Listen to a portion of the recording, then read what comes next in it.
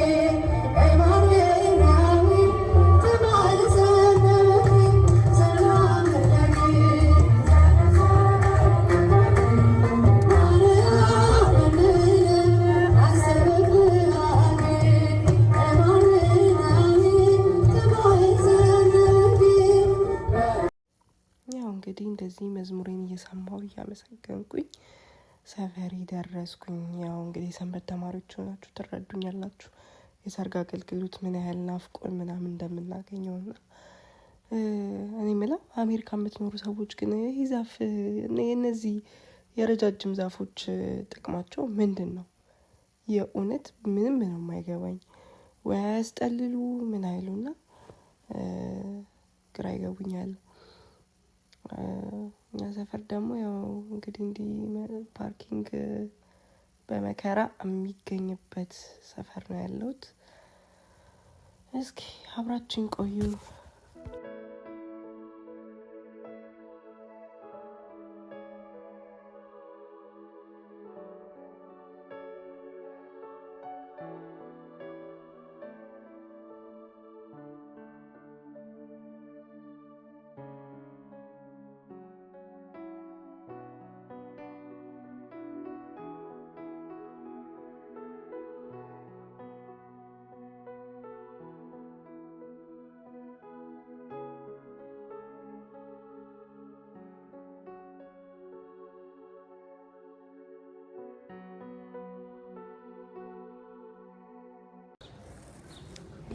በስንት መከራ ፓርኪንግ አግኝተን ፓርክ አረግን።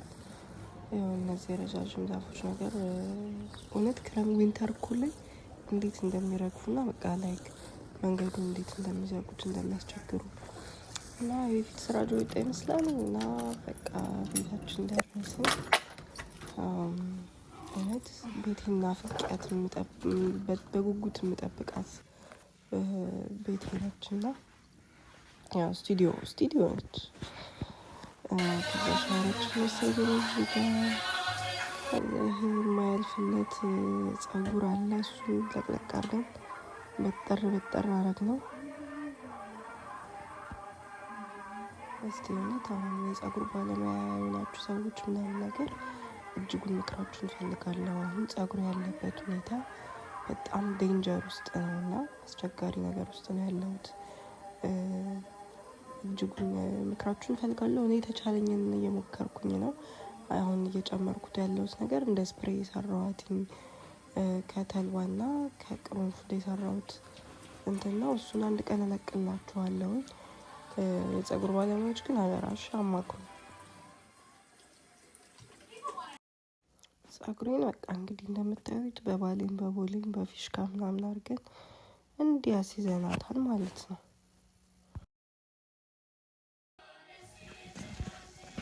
ለብስ አስቤ የነበረው ቀሚስ ነበር፣ ግን በፍረቴ ምክንያት መልበስ አልቻልኩም። ባይዘዌ ዳይት ላይ ነኝ። እሱንም አብረን ቻሌንጅ እናደርጋለን። እና አውትፊቴ ደግሞ ይሄ ነው። የጫማዬ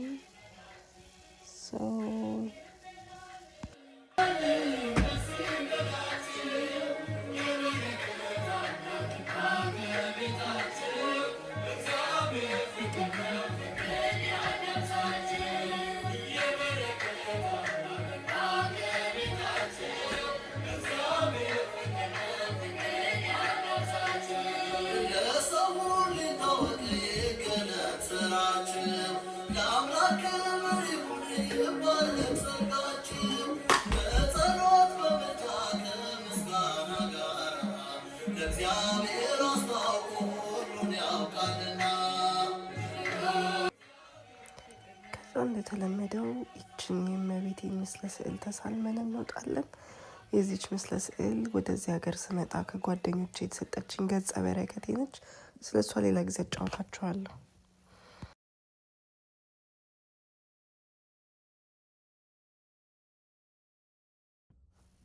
እንግዲህ አሁን ሬዲ ነን ለመሄድ። እንግዲህ ከቤተ መቅደስ በተስፋ ሳይወጡ እንደርስባቸዋለን ብዬ አስባለሁኝ። ከዛ በፊት ግን ጊፍት ካርድ ለመግዛት እንቆማለን። የሚገርመው እዚህ ሀገር ሰርግ ሲኖር ወይ ሰርግ ምርቃት ምናምን ሲኖር እንዴት ነው? አሁን ሰርግ ሲኖር ጋቢ ኦር የቤት እቃ ምናምን ትሰጣላችሁ ኢትዮጵያ። እዚህ ግን ጊፍት ካርድ ወይም ደግሞ ገንዘብ በፖስታ ነው ሊሰጥ የሚችለው ነገር እና እስኪ እሱን ደግሞ እንግዛና ወደ ቤተ ክርስቲያን እንሄዳለን።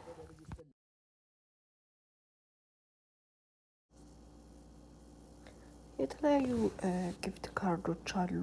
ላይክ የራሱ አሁን እዚህ ጋር እንደምንመለከተው ታርጌት፣ የአማዞን ግን አሁን የታርጌትን ጊፍት ካርድ ስገዙ ታርጌት ላይ ብቻ ነው መጠቀም የምችሉት። የአማዞንንም እንደዛው አማዞን ላይ ብቻ እና ከዚህ ሁሉ ግን ላይክ ፍሪ ጊፍት ካርዶች አሉ። ፍሪ ሚንስ ላይክ ኤኒዌር ልትጠቀሙባቸው የምትችሉት ጊፍት ካርዶች አሉ። እሱን ፒክ እናደርግና ከዛ ፖስት ካርድ ፒክ እናደርጋለን። ሴት እንግዲህ እዚህ ሀገር ጊፍቴ ነው፣ ምንም ማድረግ አንችልም።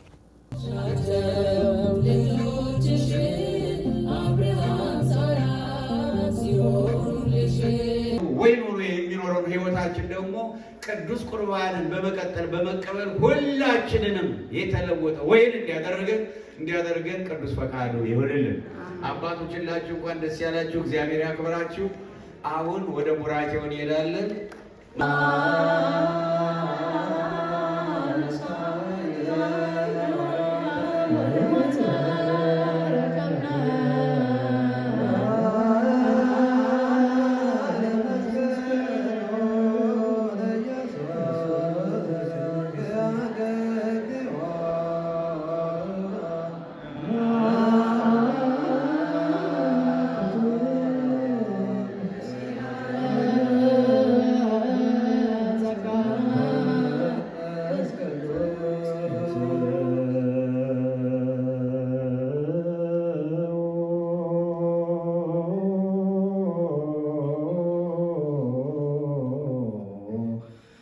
በሰላም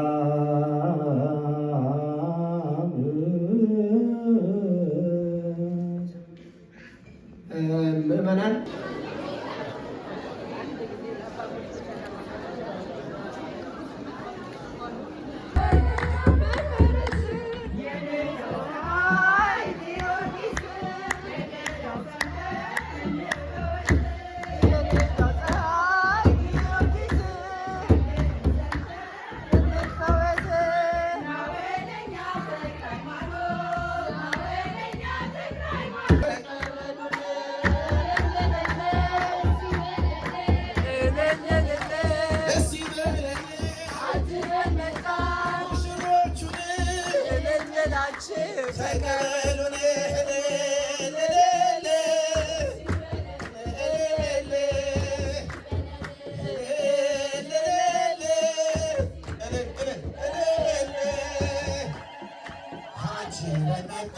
ሙሽሮቹን ልበላችሁ ተቀበሉን አጅበን መጣን እልል ብላችሁ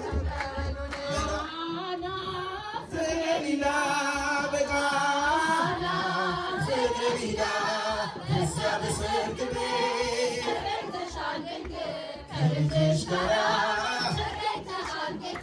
ከእናት ጋራ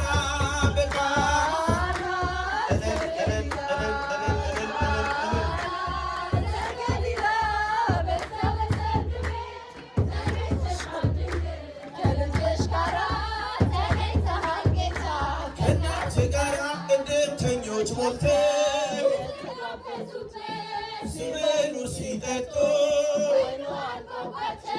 ድንግል እናታችን ቤዛዊተ ዓለም አንቺ ደረሽን ሆንሽው አማላጅ በቃ ዘገሊላ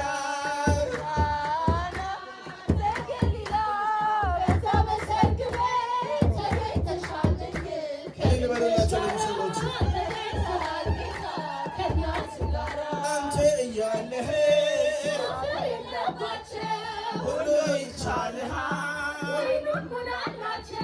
ማድጋው ባዶ ነው ብለሽ የተናገር ጌታን ያሳሰብሽው በቤታችን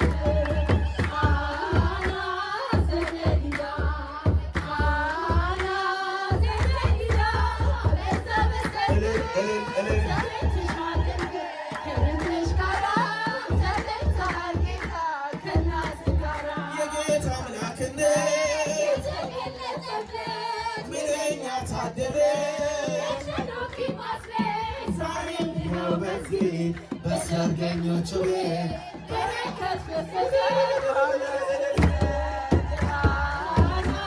ዘገሊላ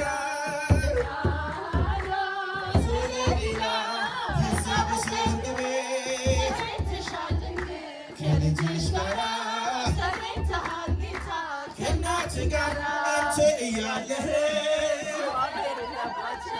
ሁሉ ይቻልሃል ይበላቸው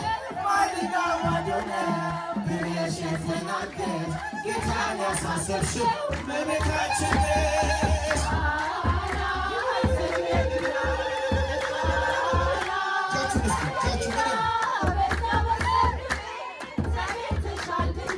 ከልጅሽ ጋራ ከእናት ጋር ይህን ላደረገ ሃሌሉያ በሉ። እግዚአብሔር ታማኝ ነው ሁልጊዜ በቃሉ። ሙሽራው ሙሽሪት እንኳን ደስ አላችሁ፣ የያዕቆብ አምላክ ሞገስ ሆነላችሁ። ሃሌሉያ በሉ። ሁልጊዜ የያዕቆብ አምላክ ሞገስ ሆነላችሁ። የማይሆን መስሎ በእግዚአብሔር ሆኖ እንደ አሳብ ልጆች ስሙን በቅኔ ለማመስገን የተባረከ እኔን ያፈሳል ከመላእክት ጋር የእግዚአብሔር ሥራ መስጦናል። ሃሌሉያ በሉ።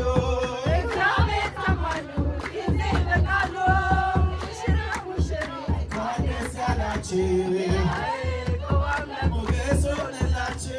ከኖ ቢጎድል ያስባል ጌታ መዝናኛ ይውጣ አዲስ እንጠጣ ጌታን ይዘን አብን ይዘን እየዳነን ፊታችን በራ ውበት ሆነና የኛ ጌታ ሃሌሉያ በሉ በቃሉ እንኳን ደስ ያላችሁ የያዕቆብ አምላክ ሞገስ ሆነላችሁ ደመቀ አበራልን የአማኑኤል ሥራ ደመቀ አበራልን የአማኑኤል ሥራ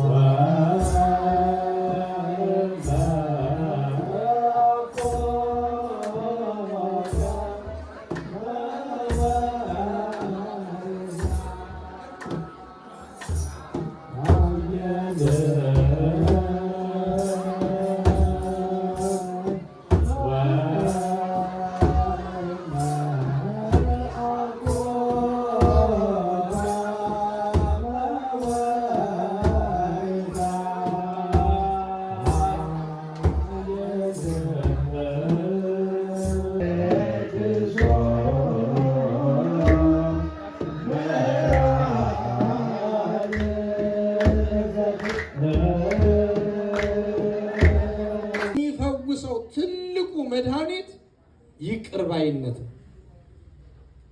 በይቅርታ መድኃኒትነት ትዳር ካልተፈወሰ እንደ ቆሰለ ውሎ ያድራል፣ ያመረቅዛል፣ ወደ ሌላ ነገር ይወስዳል። ቁስል ቶሎ ካልታከመ ወደ ሌላ ነገር በሽታ እንደሚቀየረው ይቀየር ይችላል።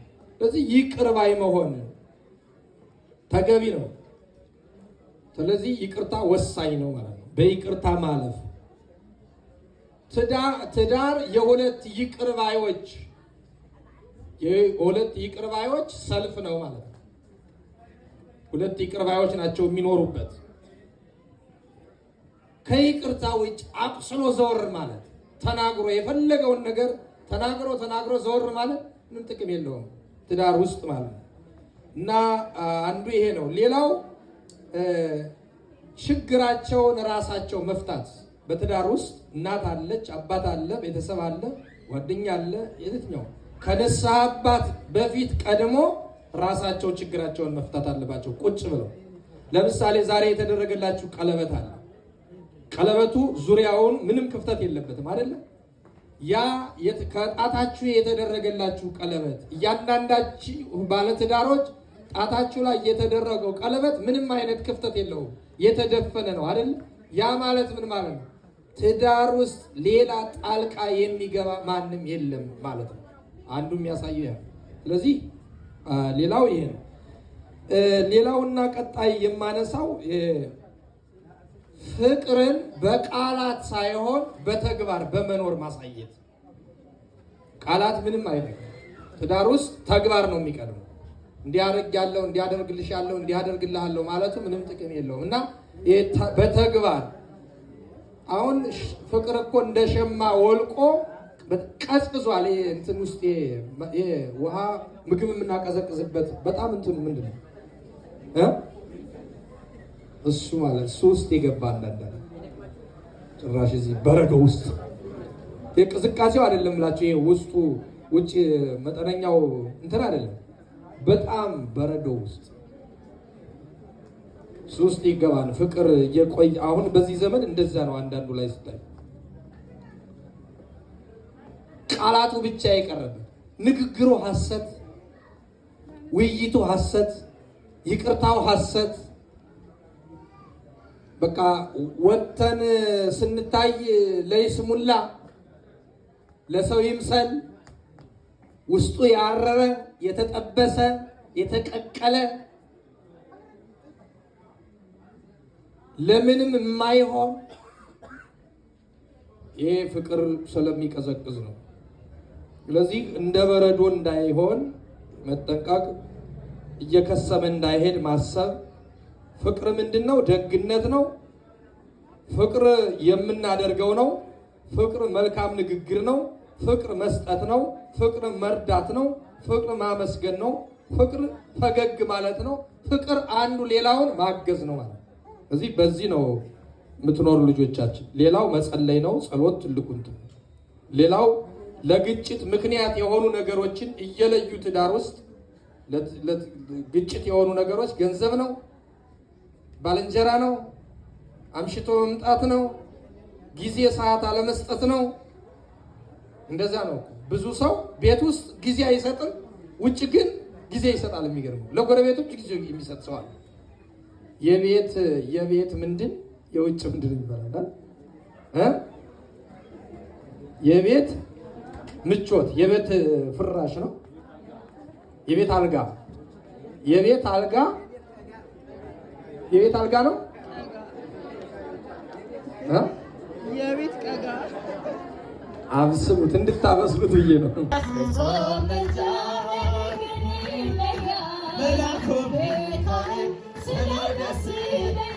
ክብር ለሚገባው ንጉሥ ለወደደ እንሰግድለታለን። እንኳን ለጌታዬ ለሚቆም ጌታ ክብርን እንሰጥለት። ለምድር ሹማኔ ብዙ ልጆች አሉ። ያው እኔና ሳይን ቦርድ የታወቀ ነው። ለወንድሜ መልካም ምኞቴን ገልጬለት የክብር ፊርሜን አስቀምጫለሁ። ከዛ ሙሽሮቹን ኬክ አስቆረስንና እኔም ወደ ስራ የገባው ናቸዋለሁ ያለብትን እንቅልፍ። በቀጣይ ቭሎግ ቪዲዮ እስከማግኛችሁ ድረስ ደህና ሰንብቱልኝ። ፎሎና ሰብስክራይብ በማድረግ ድጋፋችሁን አሳዩኝ። አመሰግናለሁ።